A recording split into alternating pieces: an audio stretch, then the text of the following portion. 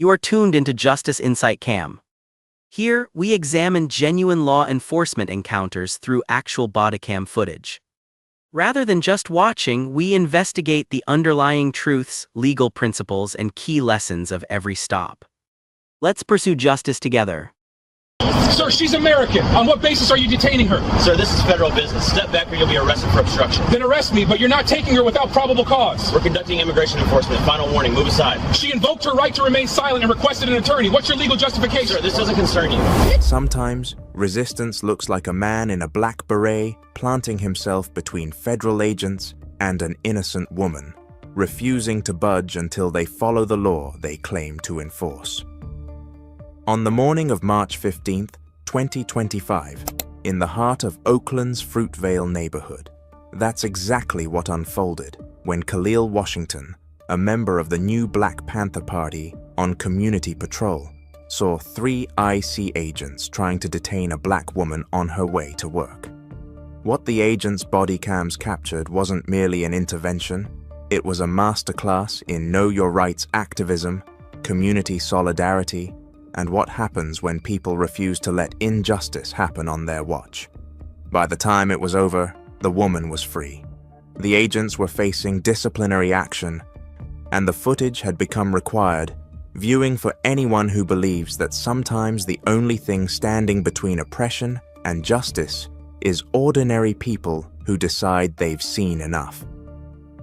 The morning was bright and clear, one of those early spring days when Oakland woke up to blue skies and mild temperatures. March in the Bay Area meant sunshine without the summer heat, comfortable enough for people to be out on the streets, walking to BART stations, heading to work, living their daily lives. The Fruitvale neighborhood was already alive. Shops opening, buses running, people moving through a community that had long been a center of Black and Latino life in Oakland. Before we continue, where are you watching from? If this is your first time here, please hit that subscribe button. Stories like these need to be shared, and your support helps us bring more truth to light. Khalil Washington was 29, Oakland born and raised, a community organizer who joined the new Black Panther Party 2 years earlier after seeing too many neighbors harassed by law enforcement. He wasn't looking for confrontation that morning. He was doing what the Panthers had always done: community patrol, walking the neighborhood, checking on elders, making sure people felt safe, wearing the distinctive black beret and jacket that announced his presence, his commitment, his refusal to let his community be treated like enemy territory. Tanya Morrison was 42, a black woman who'd lived in Oakland for 15 years, Detroit-born, working as a medical billing specialist for a downtown hospital system. She was walking to the Fruitvale BART station at 7:47 a.m., her usual routine, aiding coffee in one hand, phone in the other, earbuds in, just another commuter starting another workday. The IC agents' body cams activated when they exited their vehicle at 7:45 a.m. Special Agent Victor Chin, Asian American, mid-30s, 6 years with IC, Special Agent Tamara Williams, Black, late 20s, 3 years in the field, Special Agent Roberto Sanchez, Latino, early 40s, 9 years with the agency. 3 federal agents conducting what they called targeted enforcement operations in immigrant communities, looking for people who match descriptions in their database. They spotted Tanya walking down International Boulevard and decided she was worth questioning. No tip, no warrant, just an assumption based on appearance and location. The body cam footage shows the agents pulling over, parking, and approaching Tanya on the sidewalk. She had her earbuds in, didn't notice them until Chin stepped directly in front of her, blocking her path. She slipped one earbud out, startled. "Excuse me, Immigration and Customs Enforcement," Chin said, showing his badge. "We need to see your identification." Tanya's face went from confused to alarmed. "My what? I'm just walking to work. We need to verify your immigration status. ID, please. Immigration status. I'm American. I was born in Detroit." William stepped closer, her hand near her belt. "Ma'am, we still need to see identification. Driver's license, passport, something proving citizenship." "I don't carry my birth certificate to catch the BART," Tanya said, her voice rising with frustration and fear. "This is my neighborhood. I'm going to work. Why are you stopping me? Mom, we need to see your identification." "You're being detained for immigration verification. I'm American. I was born in Detroit. This is my neighborhood." That's when Kalo Washington came around the corner, saw what was happening, and intervened. The body cam shows him approaching quickly, his black beret visible, his phone already out and recording. "Excuse me, what's going on here?" Chin turned to him. "Sir, step back. This doesn't concern you." "Sister, did you ask for help?" Khalil called out, ignoring the agent's command. Tanya looked at him, relief flooding her face. "Yes, they're trying to detain me. I told them I'm American, but they won't listen." Khalil placed himself between Tanya and the agents, protective but not aggressive. "She said she's American. On what basis are you detaining her?" "Sir, this is federal business," Sanchez said, stepping forward. "Step back or you'll be arrested for obstruction." "Then arrest me," Khalil said, his phone still recording, pointed at the agents. "But you're not taking her without probable cause. We're conducting immigration enforcement," Chin said, his voice hardening. "Final warning, move aside." Khalil didn't budge. She invoked her right to remain silent and requested an attorney. "You have no warrant. What's your legal justification?" "This doesn't concern you," William said. "Last chance to step back. It concerns me when federal agents violate citizens' rights in our community," Khalil replied, his voice steady and clear. "The law requires you to release her. We're all recording this." And they were. Other people on the street had stopped, pulled out their phones, started recording. A store owner came out of his shop. An elderly woman called out, asking if everything was okay. Within 2 minutes, there were at least a dozen people watching, documenting, bearing witness. Khalil pulled a laminated card from his pocket. "Know Your Rights information, published by the ACLU and immigrant rights organizations. Sister, you have the right to remain silent. You have the right to refuse to answer questions. You have the right to speak to an attorney. You do not have to show them documents unless they have a warrant with your name on it." Tanya nodded, her hands shaking, but her voice stronger. "I'm exercising my right to remain silent. I want to speak to an attorney." The crowd was growing, more phones out. Someone started live streaming.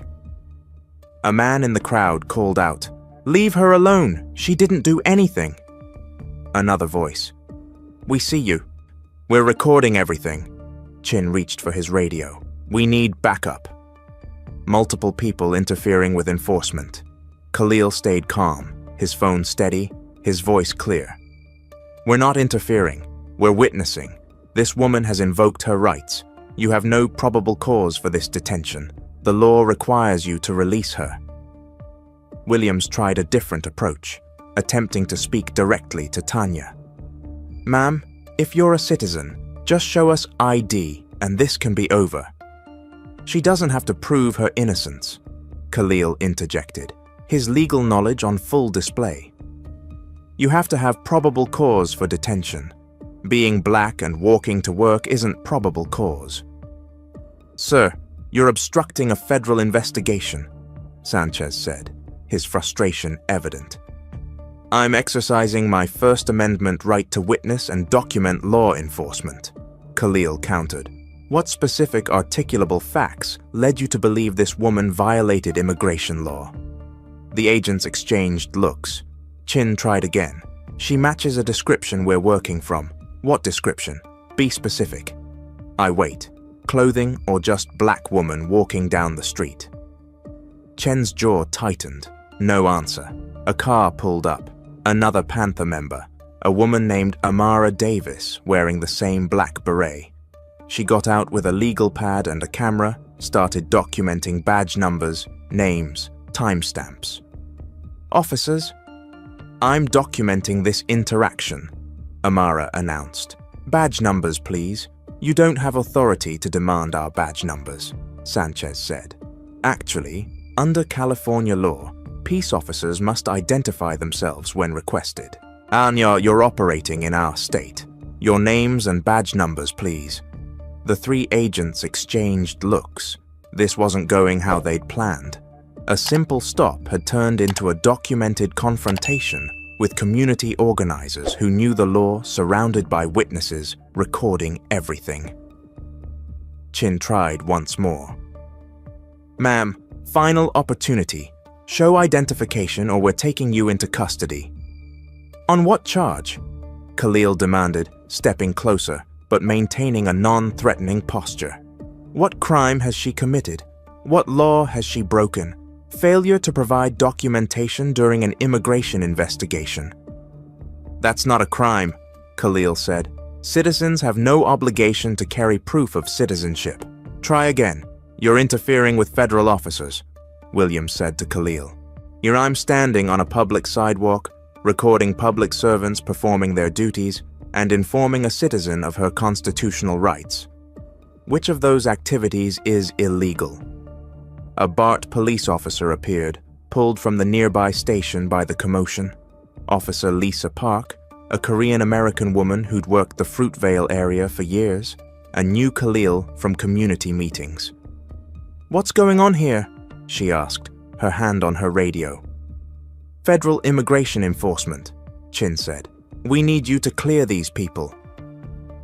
Officer Park looked at the scene. ICE agents, a black woman clearly distressed, Khalil and Amara documenting a crowd of neighbors recording. Does she have a warrant? We're conducting administrative immigration enforcement. That's not an answer. Is there a warrant with her name on it? Chin hesitated. No. But then she has the right to leave unless you're charging her with a crime. Are you charging her with a crime? She's being detained for immigration verification. Officer Park turned to Tanya. Ma'am, are you a U.S. citizen? Yes, I was born in Detroit. I'm just trying to get to work. Park turned back to the IC agents. She stated she's a citizen. She's invoked her right to remain silent and requested an attorney. Unless you have probable cause or a warrant, you need to let her go. This is federal jurisdiction, Williams protested. And this is Oakland. You're not taking anyone from this sidewalk without legal justification. So, either show me a warrant or explain your probable cause, because right now this looks like harassment. Khalil added, Officer Park is right. You approached this woman without reasonable suspicion. She's told you she's a citizen. She's invoked her rights. You have no legal basis to detain her further. We'll determine what legal basis we have. Chin shot back. You already determined that, Khalil said. And you came up empty. That's why you're stalling. That's why you can't articulate probable cause. That's why you're hoping she'll just submit to prove something she doesn't have to prove. The standoff continued for another 3 minutes. ICE agents insisting they had authority. Khalil and Amara documenting everything. Officer Park standing firm. The crowd growing larger. More phones recording. A news van pulling up after someone called the local station. Finally, Chin made a decision. We'll verify her status at another time. She's free to go. Khalil didn't move. That sounds like a threat. Are you planning to harass this woman again? If we have cause to question her citizenship, we'll do so legally. You didn't have cause this time, Khalil said firmly. What makes you think you'll have cause next time? Officer Park intervened. Ma'am, you're free to go. These agents have no basis to detain you. If they approach you again without a warrant, call 911 and ask for Oakland PD. We'll respond. Tanya was shaking, adrenaline and fear and relief all mixed together. Thank you, she said to Khalil, to Amara, to Officer Park, to the crowd that had gathered to protect her. Khalil walked with her to the BART station, Amara following, making sure she got on the train safely before the IC agents could change their minds. The whole interaction from first contact to Tanya boarding the train took 18 minutes. 18 minutes that would change everything. The body cam footage went public within hours. Yet the local news ran it that evening. National outlets picked it up the next day.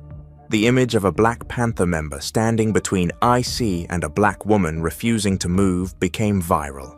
Should community organizations have the right to intervene in potentially unlawful detentions? Or should witnesses stay silent and hope for justice later? Comment below, because what Khalil Washington did that morning, using his knowledge of the law and his body as a barrier, is the kind of direct action that prevents injustice in real time, not years later in a courtroom. The complaints came fast. Tanya filed one with IC, with the city, with civil rights organizations. Khalil filed on her behalf with multiple oversight agencies. The ACLU got involved, the Asian Law Caucus, the National Lawyers Guild.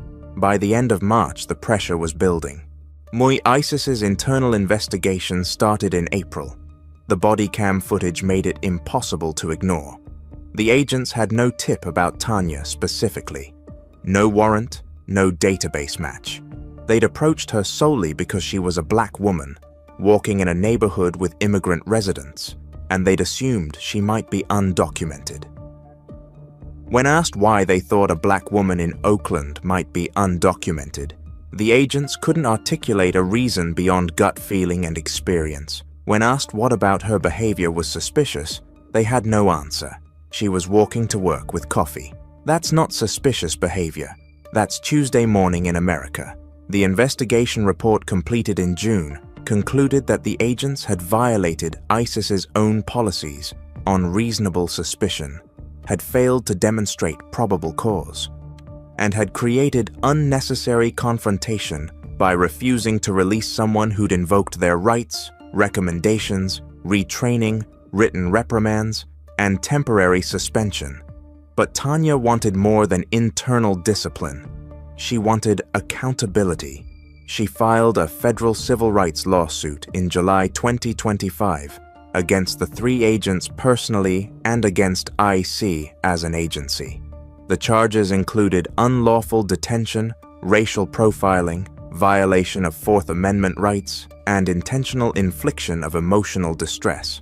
The lawsuit detailed everything: how Tanya had been walking to work minding her business, how the agents approached her without cause, how they refused to accept her statement of citizenship, how they ignored her invocation of rights, how Khalil's intervention was the only thing that prevented her illegal detention, how she now had anxiety about leaving her home, about walking to work, about seeing federal vehicles. The discovery process revealed the pattern. Chin, Williams, and Sanchez had made 47 stops in the previous 6 months in Oakland neighborhoods. Of those 47 stops, 43 were of people of color. Of those 43, 31 were released after it was determined they were citizens or legal residents. 66% of their stops ended with no action because the person they detained hadn't done anything wrong. The pattern was clear. They were stopping people based on race and location, not on evidence or behavior. It was racial profiling with federal badges. The case went to trial in October 2025. The jury watched the body cam footage, all three agents' cameras showing the same scene from different angles. Tanya being stopped, Khalil intervening, the crowd gathering, Eid Officer Park demanding justification, the agents backing down only when faced with community resistance. The courtroom was packed. Community members filled the gallery. Local media covered every day of testimony. This wasn't just Tanya's case. It had become a referendum on immigration enforcement tactics and community rights. Tanya testified about the fear, the humiliation, the ongoing anxiety.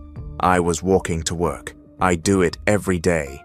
And suddenly, 3 people with guns were demanding I prove I'm American. I was born in Detroit.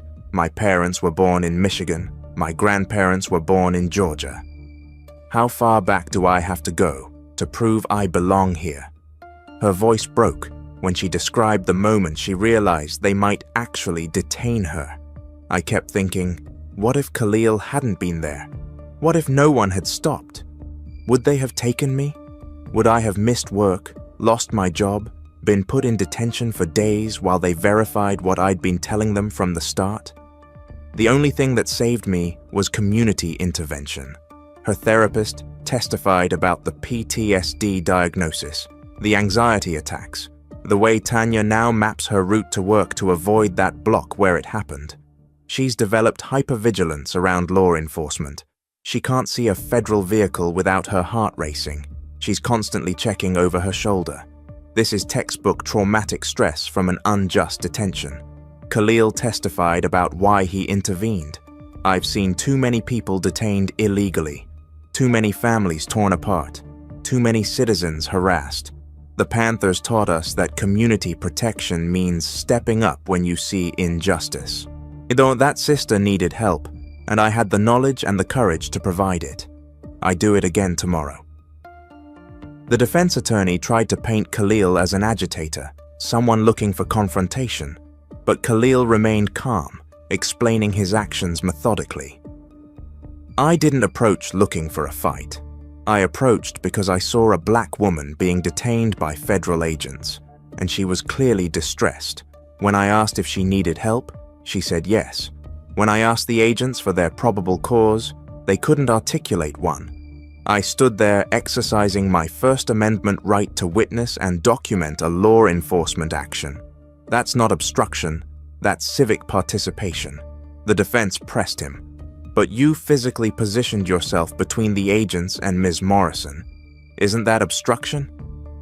I stood on a public sidewalk, and Khalil replied, I didn't touch anyone. I didn't threaten anyone. I didn't prevent them from doing their jobs. I prevented them from violating someone's rights. There's a difference. You told them they had to release her. I informed them of the law. Citizens have that right. If a police officer is violating the Constitution, I have the right to tell them so. That's not obstruction, that's education. Officer Park testified about why she supported Khalil's intervention. Those agents had no legal basis for that detention. Mr. Washington was right to question their authority. Citizens have the right to witness law enforcement actions, to document them, to demand accountability. That's not obstruction, that's democracy.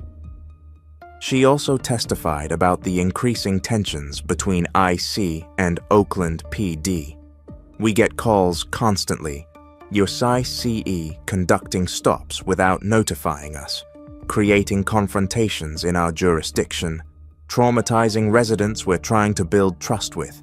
It makes our jobs harder when federal agents treat our community like occupied territory. Amara Davis, the other Panther member who'd arrived during the incident, testified about documenting the interaction. I took down badge numbers, times, descriptions of what I observed. That's what we're trained to do. Create a record that can be used for accountability. The agents didn't like being documented, but documentation is legal. If they weren't doing anything wrong, they shouldn't have minded the cameras. Expert witnesses testified about racial profiling, about the psychological impact of being detained without cause, about how community intervention can prevent unlawful arrests and protect civil rights. Dr. Lawrence Chin, a sociologist who'd studied immigration enforcement patterns, testified about the statistical evidence of racial profiling in IC operations. When 66% of your stops result in release because the person is a citizen or legal resident, that's not effective enforcement. That's systematic violation of people's rights. The numbers show a pattern of stopping people based on how they look, not on evidence of immigration violations. A constitutional law professor from UC Berkeley, Professor Diana Washington, explained the legal framework. The Fourth Amendment protects all people in the United States from unreasonable search and seizure. Immigration status is not an exception. ICE agents must have reasonable suspicion of an immigration violation to detain someone. Walking to work while black is not reasonable suspicion. The agents violated Ms. Morrison's constitutional rights the moment they stopped her without cause. The defense tried to argue the agents had acted in good faith, that immigration enforcement is inherently difficult, that they'd released Tanya as soon as the situation was clarified. But the body cam showed they'd only released her after sustained community pressure, after Officer Park demanded justification they couldn't provide, after it became clear they couldn't detain her without creating a larger incident. The prosecution's closing argument was delivered by attorney James Tucker, a veteran civil rights lawyer who'd taken Tanya's case pro bono. Ladies and gentlemen of the jury, this case is simple. 3 federal agents stopped a woman who was committing no crime, violating no law, doing nothing except existing while black in her own neighborhood. They demanded she prove her citizenship. She told them she was American. They didn't believe her. They detained her anyway. The only thing that prevented her illegal arrest was a community member who knew the law and refused to stand aside. That's not how America is supposed to work. In America, you're innocent until proven guilty. You don't have to prove you belong here. They have to prove you don't. And they couldn't because Miss Morrison has belonged here her entire life. The jury deliberated for 7 hours. When they returned, the verdict was unanimous on all counts. Liable. The damages $850,000 total. $350,000 in compensatory damages for Tanya's trauma and ongoing anxiety. $500,000 in punitive damages split among the 3 agents in IC, designed to deter future similar conduct. The verdict came down on November 18th, 2025. Tanya stood outside the courthouse with Khalil beside her, Amara, other Panther members, community supporters, and spoke to the press. This verdict isn't just for me. It's for every person who's been stopped and questioned just for existing while black or brown. It's for every person who's been told they don't look American enough. It's for every person who needs someone to stand beside them when authority overreaches. Khalil Washington saved me that day. The community saved me. And now the courts have said what we already knew. What those agents did was wrong. Khalil spoke too. The Panthers have always taught that community defense is community service. We patrol to protect. We document to hold power accountable. We intervene to prevent injustice. What happened on March 15th is what should happen every time someone's rights are violated. People step up, refuse to look away, and demand better. This verdict proves that resistance works. The 3 IC agents faced consequences beyond the lawsuit. Chin was demoted and transferred out of the Bay Area. Williams received a formal reprimand and mandatory retraining. Sanchez faced a 2-week suspension without pay. None lost their jobs entirely, but their careers were marked by this case. ICE implemented new policies for the Oakland field office. No stops without specific articulable, probable cause. Mandatory recording of all interactions. In community liaison positions to rebuild trust. Whether these changes would stick remained to be seen. The new Black Panther Party used the victory as a teaching moment. They held community workshops on Know Your Rights, on how to document police interactions, on when and how to intervene safely. Khalil became a sought-after speaker, telling the story of March 15th at schools, community centers, churches. Tanya used part of the settlement to support organizations fighting immigration enforcement overreach. She quit her hospital job and went to work for an immigrant rights nonprofit, using her experience to help others who'd been targeted. She wanted her trauma to mean something, to create change. The Bodycam footage became a training tool, not just for what not to do, but for what community intervention looks like when done right. Khalil didn't escalate. He didn't get physical. Thank you for your time. Should this video have broadened your understanding, please support us by liking, sharing, and subscribing to Justice Insight Cam. Keep yourself informed, stay safe, and await our upcoming broadcast.